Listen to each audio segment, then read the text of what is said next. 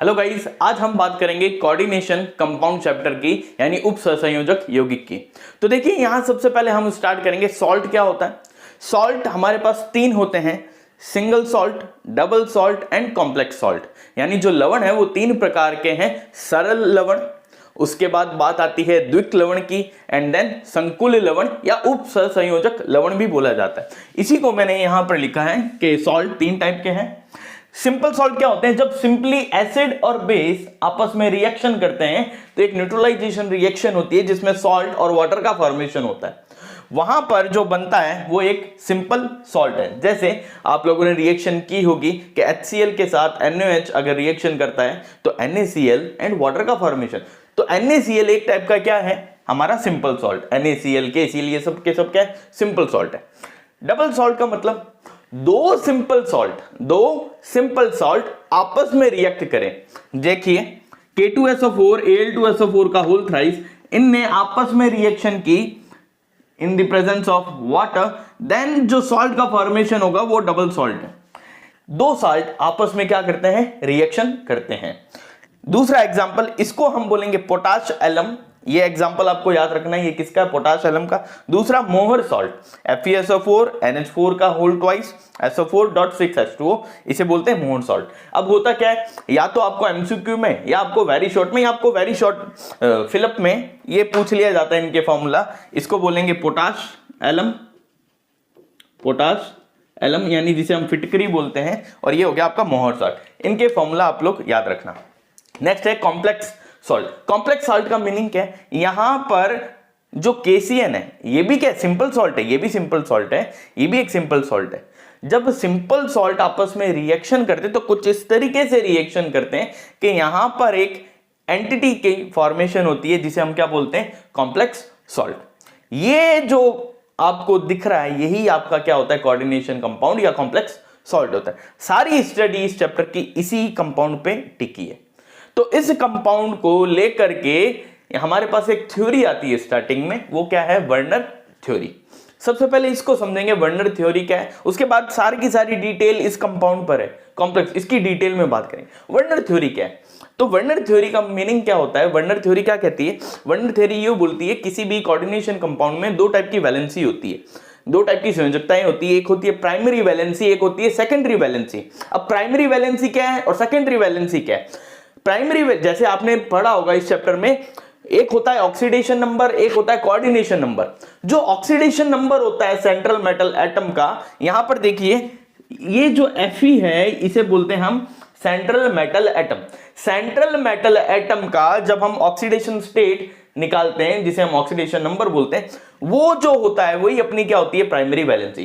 किसी भी central metal atom का यानी केंद्रीय धातु परमाणु का जो ऑक्सीडेशन स्टेट यानी जो ऑक्सीकरण अवस्था होती है या ऑक्सीकरण अंक जो आता है वही आपका क्या होता है? Primary valency. सेकेंडरी वैलेंसी का मतलब क्या होता है? इस सेंट्रल मेटल एटम को जितने लोन पेयर मिल रखे हैं, यानी इसने जितने बॉन्ड बना रखे हैं, किससे? लिगेंड से, वही आपका क्या होता है? Secondary valency. तो सेकेंडरी वैलेंसी का मतलब क्या है? Coordination number of central metal atom. तो वर्नर ने यह बात बताई किसी भी कोऑर्डिनेशन कंपाउंड में प्राइमरी और सेकेंडरी दो टाइप की वैलेंसी होती है। प्राइमरी वैलेंसी ऑक्सीडेशन नंबर किसी भी सेंट्रल मेटल एटम का, मान लीजिए ये कंपाउंड है और यहां पर प्राइमरी और सेकेंडरी वैलेंसी आपको पूछ रहा है, तो मैं क्या बोलूंगा कि Fe का जो भी ऑक्सीडेशन स्टेट आएगा वही मेरा क्या है? Primary valency. सेकेंडरी वैलेंसी मैं डायरेक्टली यहां देखूंगा, लिगेंड कितने हैं? 6। Cn है, Cn यहां पर क्या करेगा? इसको 6 लोन पेयर देगा, तभी तो 6 Cn आकर के जुड़ेंगे, तो इसकी सेकेंडरी वैलेंसी कितनी होगी भाई? 6। सिंपल सी कहानी। अब यहां पर एक दूसरी चीज आती है, आपको कभी पूछ लिया जाता है कि किसी भी कोऑर्डिनेशन कंपाउंड को जब AgNO3 की एक्सेस में रिएक्ट करवाया जाए तो कितना मोल AgCl का फॉर्मेशन होगा। तब हमें कैसे फाइंड आउट करना होता है वो देखिए। मान लीजिए यहां पर कोई एंटिटी लिखी है, बाहर यहां Cl, यहां N लिखा है मैंने। N मतलब कितने भी नंबर ऑफ मॉलिक्यूल्स हो सकते हैं Cl के, एक्सेस ऑफ AgNO3 के साथ। तो जितने नंबर ये बाहर Cl प्रेजेंट है उतना मोल AgCl का पीपीटी बनेगा व्हाइट कलर का। उतना मोल AgCl का पीपीटी। फॉर एग्जांपल ये एक कंपाउंड लिखा है, अंदर Cl कितने ही हो, स्क्वायर ब्रैकेट में कितने भी Cl हो, हमें उससे कोई मतलब नहीं है, हमें सिर्फ ये देखना है बाहर कितने Cl है। बाहर मैंने यहां देखा 2 है तो 2 मोल AgCl बनेगा। नेक्स्ट ये देखिए कुछ इस तरीके, अगर इस तरीके से दे रखा हो तो आप लोग डायरेक्टली पहचान सकते हो। अगर इस तरीके से दे रखा हो कोई कोऑर्डिनेशन कंपाउंड, तो आपको ध्यान रखना है इस कंपाउंड को आप या तो टेट्रा फॉर्म में या ऑक्टा फॉर्म में, यानी टेट्राहेड्रल फॉर्म में या ऑक्टा फॉर्म में आप लोग प्लेस करोगे। देखिए PdCl2 4NH3, यानी मैं ये बोल सकता हूं ये कौन सा मतलब कंपाउंड या कौन सा कॉम्प्लेक्स फॉर्म करेगा, तो मैंने यहां लिखा PdNH3 यानी टेट्राहेड्रल कॉम्प्लेक्स। बाहर क्या आ गए Cl2, 2 Cl अगर बाहर आ गए, 2 Cl बाहर आते ही ये कितना मोल AgCl बनाएगा, 2 मोल पीपीटी। यहां देखिए NiCl2 6H2O, तो इसे मैं ऐसे लिखूंगा Ni और ये जो H2O है अंदर इसका होल 6, बाहर क्या लिख दूं Cl2, तो यहां पर डायरेक्टली मेरा आंसर क्या हो जाएगा 2। PtCl4 2HCl, ये कंपाउंड कुछ ऐसा बनेगा गाइस, H2 ये Pt ये Cl6, तो यहां पर 0 क्योंकि Cl बाहर नहीं है, यहां पर Pt NH3 का होल ट्वाइस और Cl2 यहां पर भी 0। यहां पर देखिए गाइस ये CO Cl Cl3 है और ये 4 अमोनिया है, तो यहां पर Cl2 लिख दिया मैंने और NH3 का होल 4 और एक Cl बाहर, that means it is 1 mole. Simple सी कहानी है।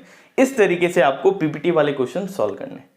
अब देखिए गाइस, अब हम बात करेंगे केवल और केवल कोऑर्डिनेशन कंपाउंड की, यानी उप संयोजक यौगिक। सबसे पहले यहां पर देखिए मैंने एक कोऑर्डिनेशन कंपाउंड लिखा है, जहां इसके हम यहां देखें तो ये लिखा हुआ है K4 फिर ब्रैकेट FeCN का होल 6 फिर ब्रैकेट क्लोज। अब किसी भी कोऑर्डिनेशन कंपाउंड में कुछ एंटिटीज होती है, इस कोऑर्डिनेशन कंपाउंड के अंदर हर एक चीज को कुछ ना कुछ बोला जाता है, वो चीज आपको ध्यान रखनी है और उन्हीं की डेफिनेशन आपसे पूछी जाती है। ठीक है, तो देखिए बाहर जो भी चीज लिखी होती है, स्क्वायर ब्रैकेट के बाहर जो भी चीज होती है, चाहे इस तरफ हो चाहे इस तरफ आए, चाहे इस तरफ आए चाहे इस तरफ आए, तो उसे हम बोलते हैं काउंटर आयन। क्या बोला जाएगा उसे? Counter ion. स्क्वायर ब्रैकेट वाली जो एंटिटी होती है उसे हम बोलते हैं कोऑर्डिनेशन स्फीयर, समन्वय मंडल। क्या बोलते हैं? समन्वय मंडल, कोऑर्डिनेशन स्फीयर, या हम बोल देते हैं कॉम्प्लेक्स आयन।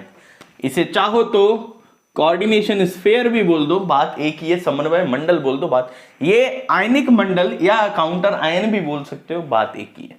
अब स्क्वायर ब्रैकेट के अंदर जो है, स्क्वायर ब्रैकेट के अंदर दो ही चीजें होती है, एक होता है सेंट्रल मेटल एटम, केंद्रीय धातु परमाणु, एक होता है लिगेंड। लिगेंड एक या एक से ज्यादा हो सकते हैं। यहां सेंट्रल मेटल एटम से जो चीज आकर के जुड़ती है उसे हम क्या बोलते हैं? लिगेंड बोलते हैं। उसे क्या बोला जाता है? लिगेंड। अब इन सब की डेफिनेशंस एग्जाम में कभी कभी पूछ ली जाती है, तो डेफिनेशन याद रखिएगा। सबसे पहले डेफिनेशन है सेंट्रल मेटल एटम की, ये जो एटम होता है Fe की जगह क्रोमियम यानी डी ब्लॉक का कोई भी एलिमेंट यहां पर प्रेजेंट हो सकता है, तो वो उसको डिफाइन कैसे करेंगे? जितने भी डी ब्लॉक के बंदे हैं उनमें एम्प्टी डी ऑर्बिटल्स होते हैं, उनमें खाली या रिक्त डी कक्षक होते हैं, जिसकी वजह से वो किसी से इलेक्ट्रॉन ले सकते हैं। अगर कोई आयन या कोई उदासीन अणु यानी न्यूट्रल मॉलिक्यूल जिसके पास लोन पेयर है, वो बंदे किसी लिगेंड को, sorry not central metal atom को, नॉट लिगेंड, वो बंदे केंद्रीय धातु परमाणु को अपने इलेक्ट्रॉन दान करेंगे। क्या करेंगे? अपने इलेक्ट्रॉन दान करेंगे। जिसे दान करते हैं यानी किसी ने एक्सेप्ट किए, जिसने इलेक्ट्रॉन एक्सेप्ट किए वो लुईस एसिड की तरह बिहेव करेगा, तो उसे हम बोलेंगे वो क्या है? एक टाइप का सेंट्रल मेटल एटम। तो सेंट्रल मेटल एटम क्या है? डेफिनेशन में भी यही है, विच एक्सेप्ट लोन पेयर या electron for the formation of coordination bond and act as Lewis acid. ठीक है, ये सेंट्रल मेटल एटम की डेफिनेशन। नेक्स्ट है कोऑर्डिनेशन नंबर।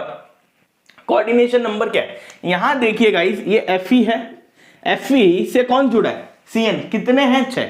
ये जो Cn होंगे ये Fe से कोऑर्डिनेशन बॉन्ड बनाएंगे। जितने कोऑर्डिनेशन बॉन्ड, जितने उपसंयोजक बंध लिगेंड और केंद्रीय धातु परमाणु के मध्य बनते हैं, वही उसका क्या होता है, कोऑर्डिनेशन नंबर, जिसे हिंदी में बोलते हैं समन्वय संख्या। Number of lone pair donated to central metal atom, या तो ये बोल दो, या number of bond formed by ligand to CMA is called coordination number. Simple. Ligand, ligand का मतलब क्या है, ऐसा कोई आयन या न्यूट्रल मॉलिक्यूल जो इलेक्ट्रॉन या लोन पेयर CMA को प्रोवाइड करता है कोऑर्डिनेशन बॉन्ड बनाने के लिए, वही अपना क्या होता है, लिगेंड होता है। फिर कोऑर्डिनेशन स्फीयर। कोऑर्डिनेशन स्फीयर क्या है, ये बताया था मैंने, ये वाली चीज, यानी स्क्वायर ब्रैकेट के अंदर सेंट्रल मेटल एटम और लिगेंड जो लिखे जाते हैं वो मिलकर के क्या फॉर्मेशन करते हैं, कोऑर्डिनेशन स्फीयर, यानी समन्वय मंडल। नेक्स्ट है आयनिक स्फीयर। आयनिक स्फीयर का मतलब क्या है, स्क्वायर ब्रैकेट के बाहर लेफ्ट या राइट साइड जो भी चीज प्रेजेंट होती है वही अपना क्या होता है, आयनिक स्फीयर, या जिसे हम बोलते हैं काउंटर आयन। इसे आयनिक स्फीयर बोल दो या क्या बोल दो, काउंटर आयन, बात एक ही है। अगर ये लेफ्ट साइड में है तब ये पॉजिटिव काउंटर आयन की तरह बिहेव करेगा, अगर ये राइट साइड में आ जाए, इस तरफ आ जाए, तो ये नेगेटिव की तरह बिहेव करेगा। तो जो कॉम्प्लेक्स या कोऑर्डिनेशन स्फीयर है इस जगह वो नेगेटिव की तरह बिहेव करेगा और इधर वाला पॉजिटिव की तरह, ये चीज ध्यान रखना, ठीक है। आगे चलते हैं, होमोलेप्टिक कॉम्प्लेक्स।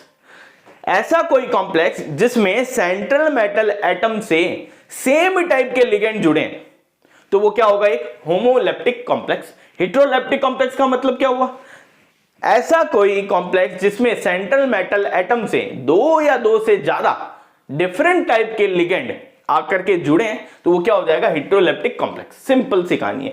होमो का मतलब, एक एग्जांपल ये देखिए, केवल और केवल अमोनिया है लिगेंड यहां और कोई नहीं है, तो ये क्या है, होमोलेप्टिक कॉम्प्लेक्स है। हेटेरोलेप्टिक मतलब जहां डिफरेंट टाइप के लिगेंड प्रेजेंट हो, अमोनिया हो गया, क्लोरीन हो गया, तो यहां ये कौन सा कॉम्प्लेक्स है, हेटेरोलेप्टिक कॉम्प्लेक्स। सिंपल।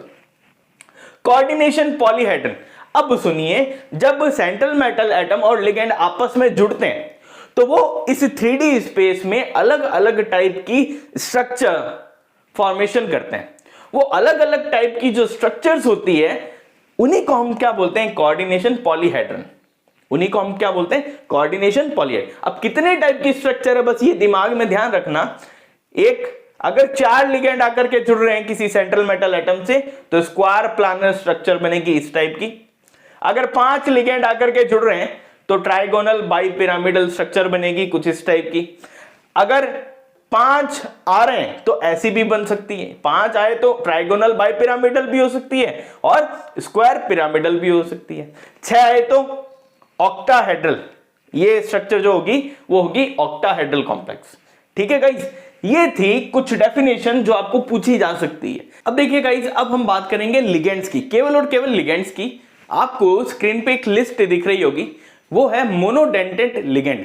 देखिए लिगेंड का मीनिंग क्या है, यहां पर लिगेंड का मीनिंग हमने ये समझा है कि ऐसा कोई आयन या न्यूट्रल मॉलिक्यूल जो इलेक्ट्रॉन CMA को यानी सेंट्रल मेटल एटम को देता हो ताकि कोऑर्डिनेशन बॉन्ड बने और एक कॉम्प्लेक्स का फॉर्मेशन हो, है ना, यही चीज है। अब ये जो लिगेंड होते हैं ये अलग अलग टाइप के होते हैं।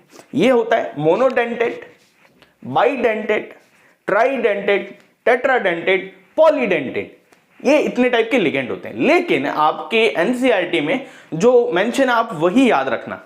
आपको एक लिस्ट दिख रही है, ये है मोनोडेंटेट लिगेंड की। इसमें न्यूट्रल भी है, नेगेटिव वाले भी हैं और न्यूट्रल भी हैं, दोनों हैं।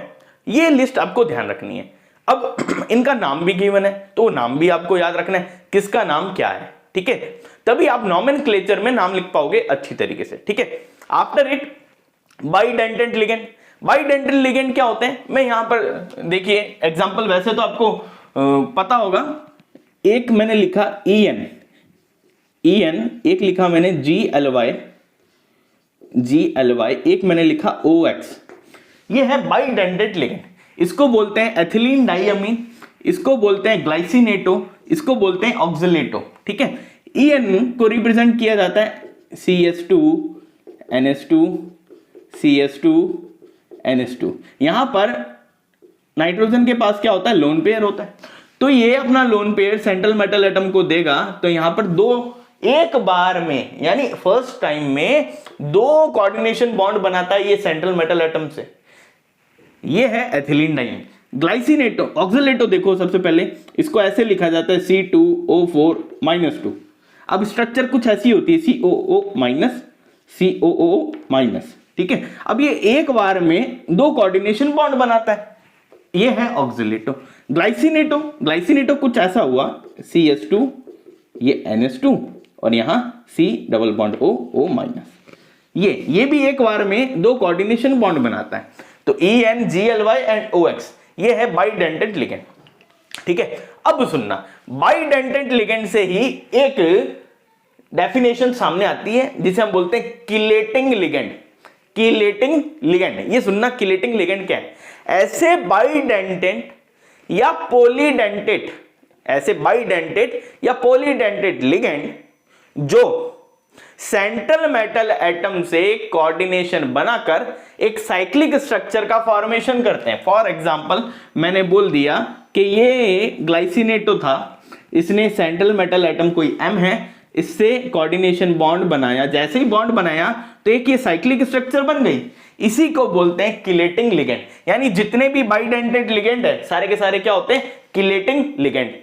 एक चीज और होती है, वो होता है अपना एम्बीडेंटेट लिगेंड। एम्बीडेंटेट लिगेंड क्या होता है? किसी भी लिगेंड में कुछ डोनर एटम्स होते हैं, किसी भी लिगेंड में कुछ दाता परमाणु होते हैं। फॉर एग्जाम्पल मैंने ये बोला मेरे पास CN है, क्या है बेटा, CN, जिसे हम साइनाइड ग्रुप बोलते हैं। इसके पास दो रास्ते हैं कोऑर्डिनेशन बॉन्ड बनाने के, देखिएगा, एक तो ये कार्बन के थ्रू बना है, या दूसरा नाइट्रोजन के पास लोन पेयर होता है, या नाइट्रोजन के डोनेट, यानी नाइट्रोजन क्या कर दे, अपना लोन पेयर किसी को डोनेट कर दे। तब जब कोई लिगेंड एक बार कोऑर्डिनेशन बॉन्ड बनाता हो, लेकिन उसमें डोनर एटम कितने हो, दो हो, तो उस लिगेंड को क्या बोलते हैं, एम्बीडेंटेट लिगेंड। यहां पर ये कार्बन से भी कर सकता है और नाइट्रोजन से भी। इसी टाइप से NO2 की स्ट्रक्चर लिखें तो कुछ इस टाइप से होगी बेटा, है ना। तो ये ऑक्सीजन से भी बॉन्ड बनाता है और नाइट्रोजन के पास लोन पेयर होता है, तो ये नाइट्रोजन से भी करता है। तो ये जो लिगेंड है ये सारे के सारे क्या होते हैं, एम्बीडेंटेट लिगेंड। अब एग्जांपल याद रखना आपको कौन कौन होते हैं, एक साइनाइड, एक NO2 और एक SCN, है ना। साइनाइड, इसको साइनो, इसको नाइट्राइट, इसको SCN थायोसाइनो। ठीक है, अगर ये नाइट्रोजन से कर ले तो NC बोलेंगे, अगर ये ऑक्सीजन से बॉन्ड बनाए तो ONO बोलेंगे, ये ऐसे करे तो इसको NCS। ठीक है, इसको आइसोसाइनो, इसको नाइट्राइटो, इसको आइसोथायोसाइनो, सिंपल। ये हैं सारे के सारे एम्बीडेंटेट लिगेंड। ये तो थी लिगेंड की बात। अब लिगेंड अगर आपको याद होंगे, तो होगा क्या, आप नॉमेनक्लेचर अच्छे से कर पाओगे। मैं इसको रब कर दूं। अब देखिए गाइस, मैंने क्या बोला, अगर लिगेंड आपको याद होंगे तो आप नॉमेनक्लेचर अच्छे से कर पाओगे। जैसे एक EDTA-4B आपका लिगेंड है, वो एक पॉलीडेंटेट लिगेंड है, तो ये आपको याद रखना है। ठीक है, स्क्रीन पे वैसे आपको दिख ही रहे होंगे, मैंने बता दिए कि वो लिगेंड्स आपको याद रखने। अब देखिए नॉमेनक्लेचर की बारी आती है। देखो कॉम्प्लेक्स या तो आपको इस फॉर्म में मिलेगा या कॉम्प्लेक्स आपको इस फॉर्म में मिलेगा। अगर इस फॉर्म में मिलता है, आगे कोई काउंटर आयन हो, पीछे कोई ना, आगे हो काउंटर आयन, और ये जो अपना कोऑर्डिनेशन स्फीयर है ये पीछे हो, तो ये जो एंटिटी होगी ये पॉजिटिव की तरह और ये नेगेटिव की तरह, या अन्यथा कभी ऐसा दिख जाए, ये पॉजिटिव हो और ये नेगेटिव। या क्या हो सकता है, ये दोनों ही ना दिखे, केवल और केवल कॉम्प्लेक्स दिखे, यानी कोऑर्डिनेशन स्फीयर दिखे, ना आगे कुछ ना पीछे, तो बीच पे हम क्या बोलेंगे, ये न्यूट्रल लिगेंड है। ये क्या होता है, न्यूट्रल लिगेंड होता है। अगर यहां कोई चार्ज नहीं है तो, कभी कभार चार्ज दे रखा हो तब बात अलग है। अगर कोई चार्ज नहीं है तो ये हम क्या बोलेंगे, ये न्यूट्रल कॉम्प्लेक्स है, लिगेंड नहीं, न्यूट्रल कॉम्प्लेक्स। ठीक है, अब यहां देखें इसका नाम कैसे लिखेंगे, नॉमेनक्लेचर कैसा लिखा जाएगा। एक सिंपल सी चीज ध्यान रखना, सबसे पहले नाम लिखा जाता है काउंटर आयन का। अगर काउंटर आयन आगे है तो, अगर काउंटर आयन आगे है तो सबसे पहले काउंटर आयन का नाम, अगर काउंटर आयन पीछे है तो सबसे लास्ट में काउंटर आयन का नाम। अगर काउंटर आयन आगे है तो सबसे पहले काउंटर आयन का नाम, अगर काउंटर आयन पीछे है तो सबसे लास्ट में काउंटर आयन का नाम। यह बात आई समझ में। जब भी काउंटर आयन का नाम लिखो और काउंटर आयन के यहां कुछ नंबर लिखा हुआ हो, यहां या यहां, उन नंबर को मेंशन कभी भी नहीं करते, उन नंबर को मेंशन नहीं करते। यहां मैंने लिखा है positive counter ion name without number, बिना उसके नाम के उसका नाम लिखा, बिना उसके नंबर के उसका नाम लिखा जाएगा। अब बारी आएगी, अब सुनना, जैसे ही काउंटर आयन का नाम लिखा आपको देना है स्पेस। आपको क्या देना है, स्पेस देना है। स्पेस दे दिया, स्पेस देने के बाद अब आपको कोऑर्डिनेशन स्फीयर की बारी है, यानी इस कॉम्प्लेक्स की बारी है, इसका नाम लिखना है। यहां पर सबसे पहले लिखोगे किसका नाम, लिगेंड का नाम। किसका नाम, लिगेंड का, according to the alphabet, according to the alphabet, alphabet order के अकॉर्डिंग लिगेंड का नाम आएंगे। मतलब ABCD में जो पहले आता है उसका नाम पहले लिखा जाएगा, जो बाद में आता है उसका नाम बाद में। अगर किसी लिगेंड की पुनरावृत्ति यानी रिपीटेशन हो रहा है तब हम वहां यूज करते हैं डाई, ट्राई, टेट्रा, समझ रहे हो, ये वर्ड यूज करते हैं, डाई, ट्राई। अगर किसी लिगेंड में, अगर किसी लिगेंड में पहले से ही डाई, ट्राई, टेट्रा ये नाम आ रहा है, फॉर एग्जाम्पल एथिलीन डाई अमीन, क्या लिखा हुआ है, एथिलीन डाई अमीन। अब इस लिगेंड के नाम में डाई आ रहा है और इसकी पुनरावृत्ति यानी इसका रिपीटेशन हुआ है 2 बार, तो मैं डाई यूज नहीं करूंगा, मैं क्या यूज करूंगा यहां पर, बिस। यहां पर क्या यूज करेंगे, बिस, BIS, बिस। अगर 3 बार पुनरावृत्ति हुई है तो ट्रिस, रिपीटेशन 3 बार हुआ है तो 3 बार ट्रिस, समझ गए। अब जब भी उसका नाम लिखोगे, उसका आयुपैक नेम है ना, एथिलीन डाई अमीन, ये उसका नाम है। बिस लिखा, फिर लगाया ब्रैकेट, फिर एथिलीन डाई अमीन, इस तरीके से इसका नाम लिखा जाएगा। ठीक है, पहला लेटर जब लिगेंड का नाम लिख रहे हो तो पहला लेटर कैपिटल, बाकी सारे स्मॉल, बाकी सारे स्मॉल। लिगेंड के नाम लिखने के बाद बारी आएगी किसकी, सेंट्रल मेटल एटम की। अब यहां सेंट्रल मेटल एटम का नाम लिखते वक्त आपको कुछ बातें दिमाग में फीड करनी है। क्या, सेंट्रल मेटल एटम का जब भी नाम लिखो सबसे पहले आपको इसकी ऑक्सीडेशन स्टेट फाइंड आउट करनी पड़ेगी, इसका ऑक्सीकरण अंक फाइंड आउट करना पड़ेगा, जो आपको आना चाहिए। सेंट्रल मेटल एटम का जब नाम लिखोगे तो उसकी जो ऑक्सीडेशन स्टेट है वो ब्रैकेट में लिखोगे, रोमन में, जैसे फर्स्ट, सेकंड, थर्ड, इस तरीके से रोमन के अंदर उसकी ऑक्सीडेशन स्टेट लिखोगे। साथ ही साथ ये चीज आपको ध्यान रखनी है, अगर सेंट्रल मेटल एटम, अगर central metal atom for example कभी क्रोमियम लिखा हुआ है ना, सेंट्रल मेटल एटम कौन है, क्रोमियम, तो इसका नाम कभी कभार चेंज हो जाता है, कभी हम क्रोमियम यूज करते हैं, कभी हम क्रोमेट यूज करते हैं, तो कौन सा कब लिखा जाएगा ये बात ध्यान रखनी है। तो इसके लिए तुम एक बात ध्यान रखना, जब भी कोई कॉम्प्लेक्स, जब भी कोई कॉम्प्लेक्स नेगेटिव कॉम्प्लेक्स की तरह बिहेव करें, पॉजिटिव की तरह करें और न्यूट्रल यानी जिसपे चार्ज 0, ये जो मैंने बताया, तुम्हें सिर्फ एक ही चीज ध्यान रखनी है, क्या, देखिए, बिहेव करे, नेगेटिव कॉम्प्लेक्स की तरह बिहेव करे, तब सेंट्रल मेटल एटम के नाम के पीछे 8 जोड़ोगे, यानी इसका नाम लिखना है, अगर क्रोमियम है यहां तो क्रोमियम नहीं लिखोगे, क्रोमेट लिखोगे, 8 लगा दोगे।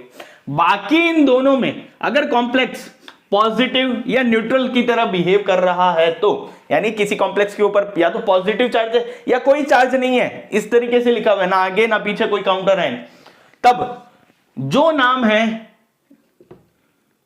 मतलब मैं ये बोल सकता हूं, जो नाम या no change in name, no change in CMA name, central metal atom में कोई नाम में चेंज नहीं करोगे, ये चीज ध्यान रखना। अब देखिए एग्जाम्पल के तौर पे मैं यहां ये 2 एग्जाम्पल लेता हूं, इनके नाम लिखते हैं। देखिए कोबाल्ट है, अमोनिया है, वाटर है, क्लोरो है, तो यहां पर ये जो क्लोराइड है ये तो क्या है, काउंटर आयन, ठीक है। अगर ये काउंटर आयन है तो यहां पर ये कितना है 2। तो तुम्हें ये पता होगा, जैसे मैंने लिखा कैल्शियम क्लोराइड, अब तुम्हें पता करना है कैल्शियम पे चार्ज कितना है।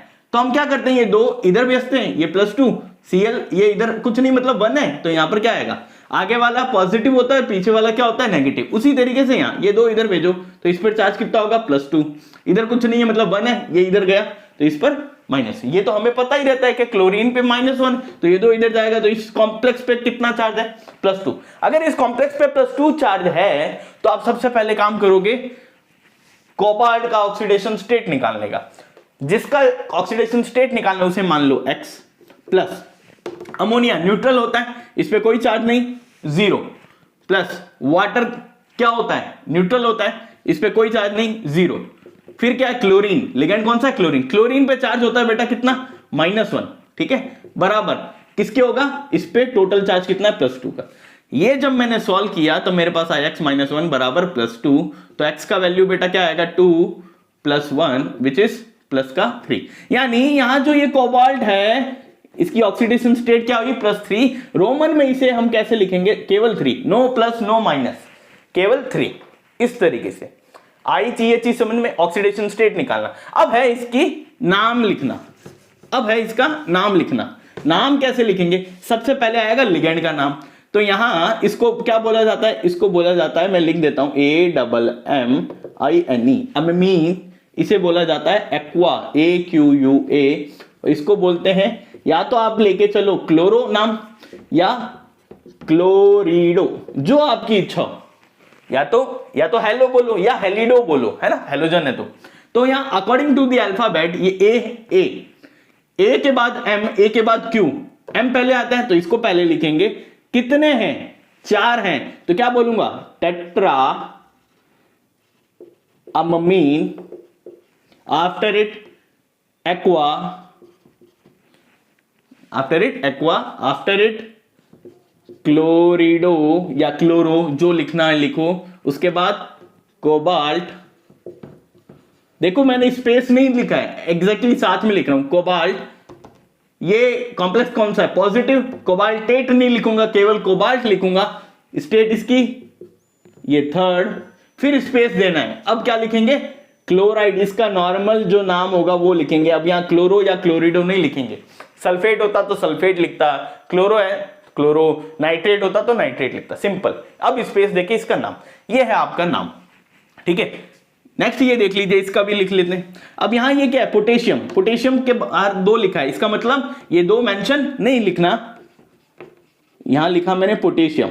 अब देना है मेरे को स्पेस, ये क्या है, इसको बोलते हैं हाइड्रोक्साइड आयन, है ना। तो ये कितने हैं 4, तो इसे लिखूंगा टेट्रा। अब देखो इनके बीच में स्पेस दिया है मैंने गाइस, पहला लेटर कैपिटल बाकी सब स्मॉल, टेट्रा हाइड्रो ऑक्साइडो, ठीक है। After it zinc. अब जिंक किसकी तरह बिहेव कर रहा है, ये 2 इधर जाएगा, दैट मींस यहां पर कितना है -2, तो यहां पर जिंक का क्या निकालोगे ऑक्सीडेशन स्टेट, जिंक का ऑक्सीडेशन स्टेट निकालोगे ये X। यहां OH पे क्या होता है -1 का चार्ज, तो 4 × -1 कितना हुआ, -4 बराबर -2, ये -4 है, उधर जाएगा तो +4, तो कितना हो गया बेटा, इसको मैं सॉल्व करूं तो +2 आएगा अपने पास। यानी जिंक पर क्या है +2, लेकिन ये किसकी तरह है नेगेटिव कॉम्प्लेक्स की तरह है, यानी जिंक के नाम के पीछे 8 लग जाएगा, हाइड्रोक्साइटो, ये जिंकेट, ब्रैकेट में ऑक्सीडेशन स्टेट इसकी क्या हो जाएगी 2nd, ये है इसका नाम। अब ये तो है फॉर्मूला आपको दे दे, नाम पूछ ले। दूसरी चीज क्या हो सकती है गाइस, नाम दे दे और क्या पूछ ले फॉर्मूला। मान लीजिए ये नाम दे दिया और आपको फॉर्मूला जनरेट करना है, तो कैसे करेंगे वो देख लीजिए एक बार, मैं यहां कर देता हूं। नाम आपको दे दिया और आपको क्या पूछा जाए फॉर्मूला, तो देखिए ये पोटेशियम है, ये मैंने पोटेशियम लिखा, ठीक है। हमें पता है ये काउंटर आयन है, आगे लिखा गया है मतलब पॉजिटिव होगा। अब इसके पास कितने नंबर है हमें नहीं पता, लेकिन मैंने ऐसा लिख दिया, फिर ये लिखा। अब मेरे को पता है ये पूरा का पूरा नाम किस में आएगा, एक कोऑर्डिनेशन स्फीयर यानी स्क्वायर ब्रैकेट में आएगा। फिर क्या लिखा है टेट्रा हाइड्रोक्साइडो, ये OH कितने 4 है लिख दिए सिंपल नाम से। जिंकेट, जिंक 8 लगा है मतलब ये नेगेटिव कॉम्प्लेक्स है, ये भी पता लग गया मेरे को। जिंक, जिंक, ये जिंक, जिंक पर चार्ज कितना बोल रहा है वो सेकेंड यानी 2। अब हमें पता है जिंक क्या होता है, मेटल है, तो इस पर चार्ज क्या होगा बेटा, +2। अब आपको क्या करना है, OH पे चार्ज कितना होता है, -1। अब आपको ये चार्ज फाइंड आउट करना है कि ये चार्ज, ताकि ये नंबर यहां आ जाए। ये चार्ज कैसे फाइंड आउट करोगे, तो देखिए ये +2 है, इसे सिंपली 2 लिख दूं, 2 + 4 इंटू -1 बराबर, ये निकालना है ना, यही तो निकालना है, तो इस पर x। तो यहां सॉल्व करो, 2 - 4 बराबर x। x बराबर कितना आएगा गाइस, यहां पर -2, यानी यहां -2।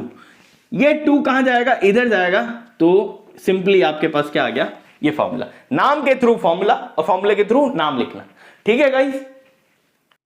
अब हम बात करेंगे आइसोमेरिज्म की। तो देखिए गाइस, आइसोमेरिज्म क्या होता है, समावयवता क्या होती है, दो या दो से ज्यादा कंपाउंड जिनका मॉलिक्यूलर फॉर्मूला सेम हो लेकिन उनका 3D स्पेस में अरेंजमेंट डिफरेंट हो, साथ ही साथ उनका जो स्ट्रक्चरल फॉर्मूला है वो डिफरेंट हो, तो वो उसे हम बोलते हैं आइसोमेरिज्म यानी समावयवता। अब ये जो आइसोमेरिज्म है ये दो टाइप की आप लोगों की कोर्स में, एक स्ट्रक्चरल, एक स्टीरियोमेरिज्म।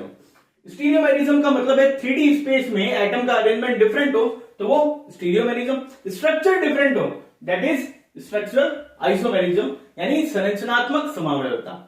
संरचना अगर भिन्न भिन्न हो तो संरचनात्मक समावयवता, त्रिविम के अंदर परमाणुओं की स्थिति भिन्न भिन्न हो तो वो हो जाएगी त्रिविम समावयवता।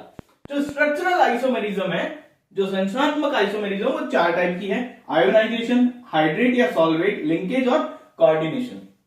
अब इनको समझो, आयोनाइजेशन का मतलब क्या है। आयोनाइजेशन आइसोमेरिज्म के अंदर होगा क्या, आपके पास कोई भी कॉम्प्लेक्स है, कॉम्प्लेक्स के अंदर एक होगा काउंटर आयन और कॉम्प्लेक्स के अंदर कोई एक लिगेंड होगा।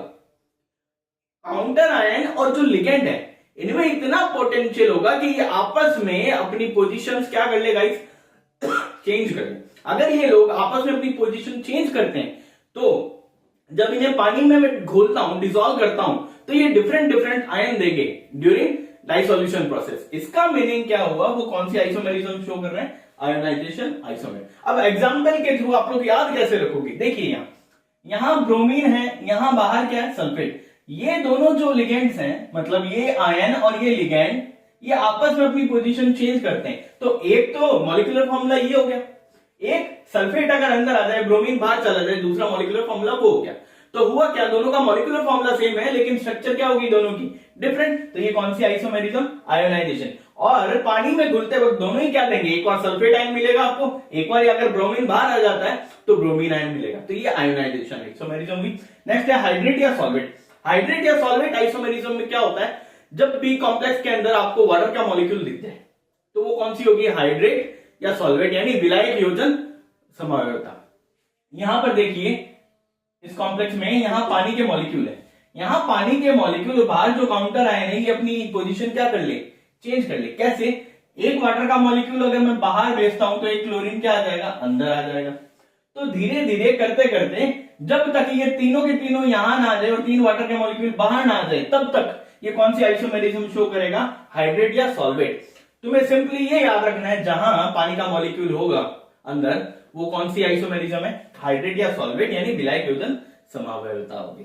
ठीक है, लिंकेज समावयवता यानी लिंकेज आइसोमेरिज्म, जिसे हिंदी में बोलते हैं बंधनीय समावयवता। लिंकेज आइसोमेरिज्म का मीनिंग क्या है, किसी भी कॉम्प्लेक्स कंपाउंड के अंदर अगर एम्बीडेंटेड लिगेंड मौजूद है, एम्बीडेंटेड लिगेंड 3 ही होते हैं, साइनाइड, NO2 एंड HCN। इन तीनों में से कोई एक प्रेजेंट है या कोई 2 प्रेजेंट है या कोई 3 ही प्रेजेंट है तो समझ जाना कौन सी आइसोमेरिज्म है वो, लिंकेज। जैसे CN यहां मौजूद है तो कौन सी आइसोमेरिज्म शो करेगा, लिंकेज। सिंपल। कोऑर्डिनेशन आइसोमेरिज्म, जब भी किसी भी कोऑर्डिनेशन कंपाउंड में कैटायन और एनायन दोनों ही कॉम्प्लेक्स हो, ये देखो ये एक कोऑर्डिनेशन स्फीयर, ये दूसरा कोऑर्डिनेशन स्फीयर, ये पॉजिटिव है तो ये क्या है, नेगेटिव। यानी कैटायन और एनायन दोनों ही क्या वर्कआउट कर रहे हैं, कॉम्प्लेक्स आयन की तरह बिहेव कर रहे हैं, तो वो कौन सी आइसोमेरिज्म शो करेंगे, कोऑर्डिनेशन आइसोमेरिज्म। बोर्ड एग्जाम्स में आपको डेफिनेशन पूछ सकता है, आपको एग्जाम्पल भी पूछ सकता है, या एग्जाम्पल के थ्रू वो आपसे ये पूछ सकता है कि ये कंपाउंड कौन से आइसोमेरिज्म शो करता है, उस आइसोमेरिज्म को आप एक्सप्लेन करिए। इसी टाइप की क्वेश्चन बन सकते हैं इसमें। फिर देखिए स्टीरियोमेरिज्म में, स्टीरियोमेरिज्म 2 टाइप की है, ज्योमेट्रिकल एंड ऑप्टिकल। ज्योमेट्रिकल जो आइसोमेरिज्म होती है वो एक होती है सिस, ट्रांस, फेशियल एंड मेरिटोनियन। इन चारों को समझिए। सिस और ट्रांस का मीनिंग क्या है, अगर मैंने ये बोला ये कोई मेरे पास सेंट्रल मेटल एटम है, ये कोई मैंने बोल दिया यहाँ क्लोरीन, यहाँ NH3 लगा दिया मैंने, यहाँ भी NH3 लगा दिया। जब दो सेम टाइप के लिगेंड 90 डिग्री पे प्रेजेंट हो तो ये हो जाएगी कौन सी आइसोमेरिज्म? सिस। अगर ये क्लोरीन जो यहां है इसको मैं यहां ना रखकर यहां रख दूं तब ये क्या होगा? मैं यहां 90 डिग्री ना बोलकर क्या बोलूंगा? दो सेम टाइप के लिगेंड के बीच जब 180 डिग्री का एंगल आ जाए यानी दोनों ऑपोजिट डायरेक्शन में चले जाए तो ये सिस की जगह क्या शो कर देंगे? ट्रांस। सिंपल मीनिंग ये होता है सिस और ट्रांस का। ये तो है टेट्राहेड्रल कॉम्प्लेक्स में, यही सेम ऑक्टाहेड्रल में हो जाएगा। ऑक्टाहेड्रल में क्या होगा गाइस? देखिए ये M लिखा मैंने, ये Cl, ये Cl, ये Cl, ये Cl, यानी यहां कुछ भी लगा दो, जैसे अमोनिया लगा दिया मैंने और ये अमोनिया, ठीक है। दो सेम टाइप के लिगेंड के बीच कितना डिग्री का एंगल? 180 डिग्री का। कौन सा? 180 डिग्री, तो ये ट्रांस। अगर ये NH3 उठाकर मैं यहां रख देता हूं गाइस और यहां Cl रख देता हूं तब ये कौन सा हो जाएगा? 90 डिग्री। तो ये कौन सी? Cis form. ये कौन सी फॉर्म हो जाएगी? Cis form. फिर देखिए फेशियल और मेरिटोनियल, इनको समझिएगा। फेशियल और मेरिटोनियल स्पेशली शो कौन करता है? ऑक्टाहेड्रल कॉम्प्लेक्स शो करता है। सबसे पहली बात तो ये, यानी अष्टफल की जो संकुल होता है वो फेशियल और मेरिटोनियल शो करता है। फेशियल का मतलब क्या है उसे सुनिएगा। मान लीजिए ये कोई कॉम्प्लेक्स है मेरे पास, ये मैंने लिखा Cl, Cl, Cl, ये NH3, ये NH3 और ये NH3, ठीक है। समझिए अगर किसी ऑक्टाहेड्रल कॉम्प्लेक्स के ये जो प्लेन है, ये वाला प्लेन जो आपको दिख रहा है, ये वाला प्लेन है ना, इस प्लेन के तीन कॉर्नर सेम टाइप के लिगेंड से घिरे हो, है ना। ये 1 2 और ये देखो ये ट्रायंगल बन रहा है और तीनों पर क्या है? क्लोरीन प्रेजेंट है, सेम टाइप के लिगेंड प्रेजेंट है, तो ये होगा कौन सा? मेरिटोनियल। इसे बोलेंगे मेरिट। अगर यहां पर मैंने ये बोल दिया कि ये जो अमोनिया है, ये इसको मैं कुछ ऐसे अरेंज कर देता हूं गाइस, ये अमोनिया एक यहां, ये अमोनिया एक यहां और ये Cl, ठीक है गाइस, तीन हो गई। अगर यहां पर मैं देखूं ये चीज देखिए, अब आप हर ऑक्टाहेड्रल का ये एक फेस होगा इस टाइप, ये देखिए इस तरह से। इस फेस पे जब तीन सेम टाइप के लिगेंड मौजूद हो किसी भी एक फेस पर, ऑक्टाहेड्रल की किसी भी एक फेस पर तीन सेम टाइप के लिगेंड मौजूद हो तो वो क्या हो जाएगा? फेशियल आइसोमर, ठीक है गाइस। फिर है ध्रुवण, ऑप्टिकल आइसोमेरिज्म, ध्रुवण आइसोमेरिज्म। ध्रुवण आइसोमेरिज्म में आपको कुछ चीजें ध्यान रखनी है। क्या? एनांशियोमर क्या होता है सबसे पहली तो बात, ठीक है। एनांशियोमर का मीनिंग क्या है? ऐसे आइसोमर जो एक दूसरे के मिरर इमेजेस हो, ऐसे आइसोमर जो एक दूसरे के क्या हो? मिरर इमेजेस हो और एक दूसरे पर अध्यारोपित यानी सुपर इम्पोज ना होते हो, एक दूसरे पर सुपर इम्पोज ना होते हो तो उन्हें हम बोलते हैं एनांशियोमर्स। और वो एनांशियोमर्स क्या होते हैं? ऑप्टिकल आइसोमेरिज्म शो करते हैं। फॉर एग्जांपल मैंने बोला कि बी है, बी का मिरर इमेज क्या होगा? कुछ ऐसा होगा। दोनों मिरर इमेज है लेकिन एक दूसरे पर सुपर इम्पोज करूं तो नहीं होंगे, तो ये क्या है? एनांशियोमर है। प्लस ये कौन सी आइसोमेरिज्म शो करेगा? Optical isomerism. अब हम कॉम्प्लेक्स के अंदर इसे कैसे फिट बैठाएं इस आइसोमेरिज्म को, तो इसके लिए आपको ये ध्यान रखना है। एग्जांपल के तौर पर मैंने ये बोल दिया कि COEN का होल थ्राइस एक कॉम्प्लेक्स है मेरे पास, COEN का होल थ्राइस। इसको मैं अगर इसकी मिरर इमेज बनाऊं, पहले तो लिखने का तरीका कि EN, ये एक बॉन्ड, ये दूसरा बॉन्ड, फिर यहां एक EN लिख देता हूं, 1 2, फिर यहां एक EN लिख दिया, 1 2। इसका मिरर इमेज क्या होगा गाइस? ये CO, ये इधर आ जाएगा यानी ये EN इस तरीके से, इधर नीचे ये EN और ये EN इधर चला गया, ठीक है, ठीक है। ये हो गया इसका कॉम्प्लेक्स। मिरर इमेज को उठाओ और इस पर रखो, क्या ये सुपर इम्पोज हो रहे? नहीं हो रहे, इसका मतलब एनांशियोमर है। और मैं बोल सकता हूं ये कौन सी आइसोमेरिज्म शो करेंगे? Optical isomerism. कौन सी आइसोमेरिज्म? Optical isomerism. इसी के साथ मैंने एक एग्जांपल ले लिया PTCl4, PTCl4। अब PTCl4 को हम ऐसे बनाएं, ये होगा, इसकी मिरर इमेज क्या होगी? ठीक यही होगी, एग्जैक्टली सेम, ये इसको उठाकर यहां रखो तो पीछे वाला जो कंपाउंड है वो छुप गया, यानी सुपर इम्पोज हो गया, तो एनांशियोमर नहीं है, यानी ऑप्टिकल आइसोमेरिज्म भी शो नहीं करेगा। तो ये था गाइस आइसोमेरिज्म के ऊपर। अब देखिए गाइस, अब हम बात करते हैं वैलेंस बॉन्ड थ्योरी की, सहजता बंध सिद्धांत की, यानी वीबीटी थ्योरी जिसे हम बोलते हैं। वीबीटी थ्योरी पे बहुत से क्वेश्चन बनेंगे और बहुत से क्वेश्चन आते भी हैं एग्जाम में। किस टाइप से कैसे क्वेश्चन आते हैं वो सारा इस टॉपिक में है, प्रेजेंट है, मैं अभी आपको सारे बता दूंगा। ठीक है, तो देखिए सबसे पहले वीबीटी थ्योरी की बात करते हैं। जब भी इसका क्वेश्चन आता है तो सॉल्व कैसे किया जाता है, ठीक है, और वीबीटी थ्योरी है क्या, वो इसी टॉपिक में मैं आपको समझा देता हूं। मान लीजिए मेरे पास कोई कॉम्प्लेक्स है COF6 की पावर -3, ये कोई कॉम्प्लेक्स है। इसका हम सबसे पहले क्या करेंगे, ऑक्सीडेशन स्टेट निकालेंगे। ऑक्सीडेशन स्टेट निकालूंगा तो कोबाल्ट का ऑक्सीडेशन स्टेट मेरे पास आया +3। ठीक है, अब मैं इलेक्ट्रॉनिक कॉन्फ़िगरेशन लिखूंगा सिंपल कोबाल्ट का। सेंट्रल मेटल एटम कौन है, कोबाल्ट है। कोबाल्ट 27 नंबर पे आता है। इसका जनरल इलेक्ट्रॉनिक कॉन्फ़िगरेशन मैंने लिखा 4s2 3d7। ऑक्सीडेशन स्टेट क्या है, +3, तो कोबाल्ट +3 के लिए हमें कॉन्फ़िगरेशन लिखना है। +3 का मतलब यहां से 3 इलेक्ट्रॉन चले जाए, 2 इलेक्ट्रॉन यहां से गए, 0 हुआ ये, 1 इलेक्ट्रॉन यहां से गया, यानी 3 इलेक्ट्रॉन यहां डोनेट कर दिया, तो ये क्या बन जाएगा, argon 3d6। It is cobalt +3। इसका बनाइए ऑर्बिटल डायग्राम, कक्षीय आरेख बनाया मैंने, यही होगा। पहले पेयर, फिर मतलब पहले अनपेयर फिर पेयर, पहले तो ऐसे बने जाते हैं क्लॉकवाइज फिर एंटी क्लॉकवाइज। ये है 3d6 का। ठीक है, अब इसके बाद क्या कहानी है, और वीबीटी थ्योरी में जो आपने पढ़ी है उसमें लिखी होती है। अब क्या होता है, ये जो सेंट्रल मेटल एटम है इसको अप्रोच करने वाला लिगेंड होता है। यहां पर कोऑर्डिनेशन बॉन्ड कौन बनाता है, लिगेंड। लिगेंड दो टाइप के होते हैं, एक तो होता है स्ट्रॉन्ग फील्ड लिगेंड, एक होता है वीक फील्ड लिगेंड। अगर स्ट्रॉन्ग फील्ड लिगेंड है, स्ट्रॉन्ग फील्ड लिगेंड में इतनी ताकत होती है कि ये जो अनपेयर्ड इलेक्ट्रॉन है इनकी आपस में क्या करवा देता है, पेयरिंग।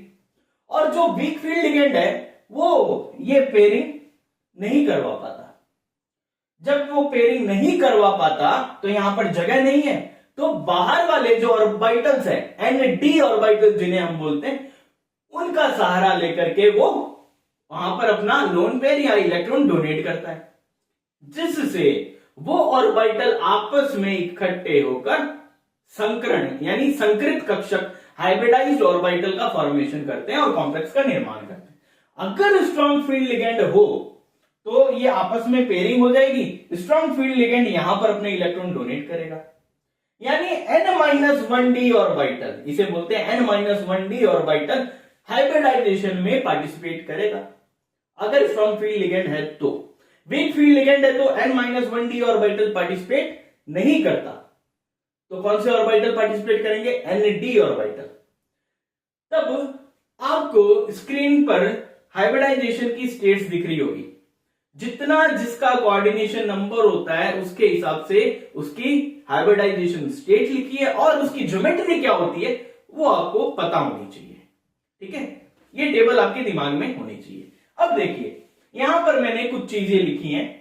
लिगेंड दो टाइप के हैं, strong field ligand, weak field ligand. हम कैसे पहचाने, किसी भी लिगेंड में कार्बन, फास्फोरस या नाइट्रोजन आपको दिख गया, किसी भी लिगेंड में कार्बन, फास्फोरस या नाइट्रोजन दिख गया, समझ लेना वो है स्ट्रॉन्ग फील्ड लिगेंड, यानी वो पेयरिंग करवाएगा इलेक्ट्रॉनों की।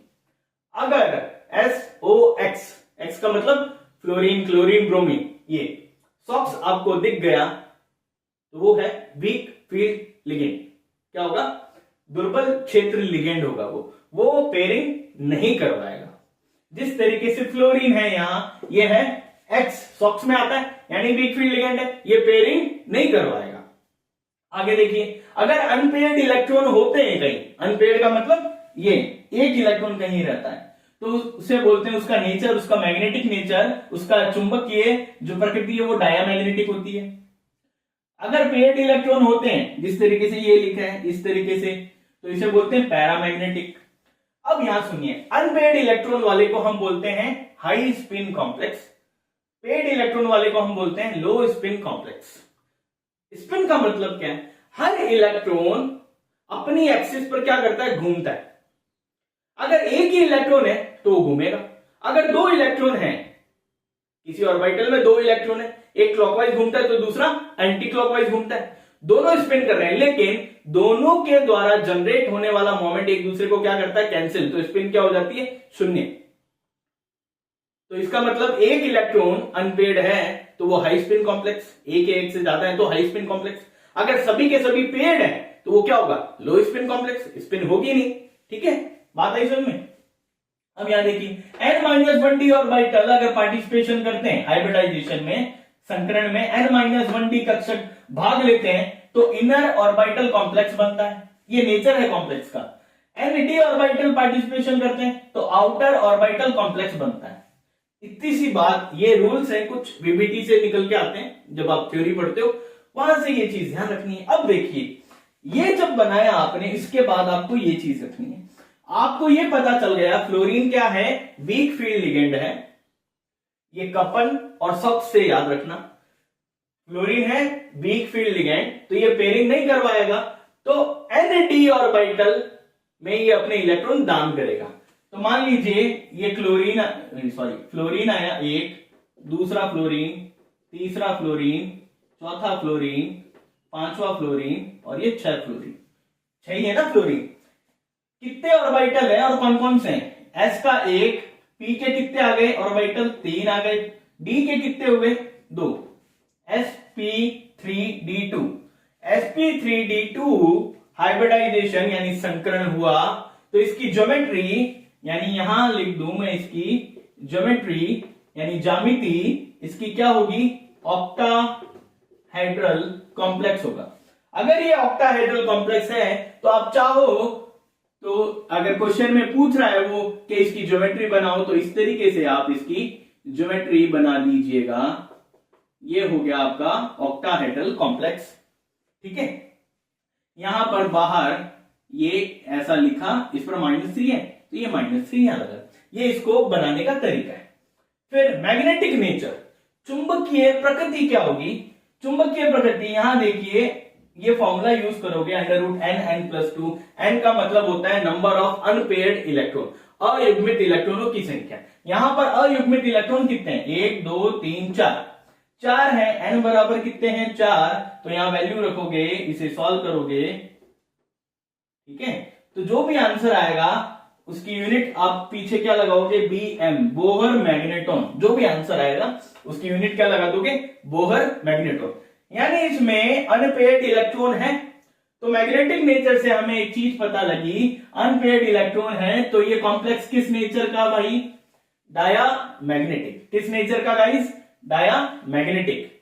दूसरा नेचर ऑफ कॉम्प्लेक्स, अब आपको पूछ रहा है नेचर। देखिए n-d ऑर्बिटल ने पार्टिसिपेशन किया हाइब्रिडाइजेशन में, n-d ऑर्बिटल है तो आउटर ऑर्बिटल कॉम्प्लेक्स बोल सकता हूं। नंबर ऑफ अनपेयर्ड इलेक्ट्रॉन है, इसका मतलब हाई स्पिन, तो ये भी बोल सकता हूं हाई स्पिन कॉम्प्लेक्स है ये। साथ ही साथ ये बोल सकता हूं किस नेचर का, डायामैग्नेटिक, डायामैग्नेटिक नेचर का है। आई बात समझ में। ये होते हैं यहां पर वीबीटी थ्योरी के थ्रू हम लोग इस तरीके से इसको फाइंड आउट करते हैं। अब क्वेश्चन देखिए, वो तुम्हें कोई भी कॉम्प्लेक्स दे देगा और ये पूछ लेगा इसका मैग्नेटिक नेचर क्या है। अगर मैग्नेटिक नेचर पूछ रहा है तो आपको ये पता होना चाहिए उसमें अनपेयर्ड इलेक्ट्रॉन कितने हैं। जितने, अगर अनपेयर्ड इलेक्ट्रॉन एक भी होगा दैट मींस वो क्या है, मैग्नेटिक नेचर शो करेगा अपना, पैरा या डायल जो भी है। दूसरा वो पूछ रहे कलर क्यों शो कर रहा है, क्या कलर शो करेगा या नहीं करेगा। तो अब ध्यान रखना, अगर अनपेयर्ड कोई इलेक्ट्रॉन है तो कलर भी शो करेगा, कलर भी शो। अब कोई भी कलर शो कर सकता है, हमें उससे कोई मतलब लेना देना नहीं है, बस ये ध्यान रखना वो कलर भी शो करेगा। कहीं पर भी अनपेयर्ड इलेक्ट्रॉन मिल जाए तो वो एंटिटी कलर शो करती है, ये बात दिमाग में रख लीजिए। ठीक है, अब वो मैग्नेटिक नेचर के बाद वो आपको हाइब्रिडाइजेशन पूछ सकता है कि इसका हाइब्रिडाइजेशन क्या होगा, या ये पूछ सकता है कि भाई यहां से कोई भी क्वेश्चन बन सकता है कि इनर ऑर्बिटल कॉम्प्लेक्स है या आउटर ऑर्बिटल कॉम्प्लेक्स है। ये पूछ सकता है हाई स्पिन कॉम्प्लेक्स है या लो स्पिन कॉम्प्लेक्स है। ठीक है, इसके अलावा आपको ज्योमेट्री पूछ सकता है। बस ये क्वेश्चन आपको देखने को मिल जाएंगे। अब देखिए गाइस, लास्ट छोटी चीज बचती है अपनी सीएफटी थ्योरी। सीएफटी थ्योरी में आपको क्या पढ़ना है, कहां से क्या क्वेश्चन बनता है, बस वो देखिए। सीएफटी थ्योरी होती क्या है? सीएफटी थ्योरी बताती है जो डी ऑर्बिटल्स होते हैं उनकी स्प्लिटिंग, ठीक है। अब यहां डी ऑर्बिटल 5 टाइप के होते हैं, dxy, dyz, dxz, dx2, y2, dz2। आगे के जो 3 ऑर्बिटल्स हैं उन्हें T2g बोलते हैं, पीछे वाले 2 ऑर्बिटल को Eg बोला जाता है। मान लीजिए किसी का कॉन्फ़िगरेशन, किसी कॉम्प्लेक्स में जो सेंट्रल मेटल एटम है उसका कॉन्फ़िगरेशन आपके पास ये निकल के आया D6, तो इनको मैं प्लेस करूंगा, इलेक्ट्रॉन को कुछ ऐसे करूंगा, आगे वाले T2g की पावर 4, मतलब 4 इलेक्ट्रॉन, Eg में कितने 2 लिखूंगा। अगर कोई स्ट्रॉन्ग फील्ड लिगेंड यहां अप्रोच करता है तो इनकी आपस में क्या करवा देंगे, पेयरिंग करवा देगा। ये पेयरिंग करवा देगा तो इलेक्ट्रॉन को ऐसे लिखेंगे, तो T2g में कितने हो जाएंगे गाइस 6, Eg में कितने हो जाएंगे 0। देन इट इज कौन सा नेचर शो कर रहा है, पैरामैग्नेटिक, लो स्पिन कॉम्प्लेक्स, और कोई कलर नहीं शो कर, क्यों? क्योंकि अनपेयर्ड इलेक्ट्रॉन यहां है ही नहीं। अगर वीक फील्ड लिगेंड अप्रोच करता है तो यहां पर पेयरिंग नहीं होगी, तो इसका मतलब यहां होगा क्या, नेचर कैसा, डायमैग्नेटिक, हाई स्पिन कॉम्प्लेक्स, और कलर शो करेगा क्योंकि अनपेयर्ड इलेक्ट्रॉन है, ठीक है। ये था सीएफटी से बस इतना ही पूछा जाता और कुछ नहीं पूछा जाता, या थ्योरी पूछ ली जाएगी, तो थ्योरी मैंने नहीं बताई, वो थ्योरी आप लोग पढ़ लीजिएगा, ठीक है। अब यहां देखिए साइनर्जिक इफेक्ट या मेटल कार्बोनिल बॉन्ड क्या होता है वो सुनिएगा। मान लीजिए आपको ये कोई कॉम्प्लेक्स दिए हुए, ठीक है, यहाँ CO है और Na, CO और Na के बीच में, Na मतलब मेटल और कार्बोनिल जो है इनके बीच में जो बॉन्ड बनता है उन्हें हम बोलते हैं मेटल कार्बोनिल बॉन्ड। अब होता क्या उस बॉन्ड में, बस वो सुनिएगा, उसी को साइनर्जिक इफेक्ट कहा जाता है। जो कार्बोनिल ग्रुप है, कार्बोनिल ग्रुप में होता है एक लोन पेयर, ये लोन पेयर अगर मेटल के एम्प्टी डी ऑर्बिटल में भेज दिया जाए तो यहां बॉन्ड बनता है सिग्मा बॉन्ड। मेटल के भरे हुए ऑर्बिटल्स में होते हैं इलेक्ट्रॉन्स, वो इलेक्ट्रॉन कार्बोनिल के खाली ऑर्बिटल में भेज दिया जाए तो वहां पर होती है एंटी बॉन्डिंग, जिसकी वजह से पाई बॉन्ड बनता है। तो सिग्मा और पाई बॉन्ड यहां पर इंट्रैक्शन होगी, इसी को हम बोलेंगे क्या, साइनर्जिक इफेक्ट, ठीक है गाइस। ये सिंपल साइनर्जिक इफेक्ट है जिसकी थ्योरी आप पढ़ सकते हो। सिंपल अगर पूछ लिया जाए कि साइनर्जिक इफेक्ट होता क्या है तो आपको याद रखना है मेटल कार्बोनिल में होने वाली सिग्मा पाई बॉन्ड और एंटी बॉन्डिंग के थ्रू जो इफेक्ट प्रोड्यूस होता है उसी को हम क्या बोलते हैं, साइनर्जिक इफेक्ट बोला जाता है। अब लास्ट एक चीज बचती है, एप्लीकेशन ऑफ कोऑर्डिनेशन कंपाउंड। तो मैं आपको उसका थ्योरेटिकल पोर्शन दे रहा हूं, यहां से क्वेश्चन क्या पूछा जाएगा बहुत इंपॉर्टेंट है, सिर्फ थ्योरेटिकल है, आपको यूजेस याद रखने। क्या, मेडिकल इंडस्ट्री में किस कॉम्प्लेक्स का कैसे यूज होता है, वाटर की सॉफ्टनिंग में किस कॉम्प्लेक्स का यूज होता है, जैसे EDTA-4 वाटर की सॉफ्टनिंग में यूज होता है, सोना और चांदी की प्योरिफिकेशन में किस कॉम्प्लेक्स का यूज होता है, इस तरीके से खूब सारे हैं, तो वो आपको लर्न करने हैं, ठीक है। ये था गाइस कोऑर्डिनेशन कंपाउंड। धन्यवाद, राधे राधे।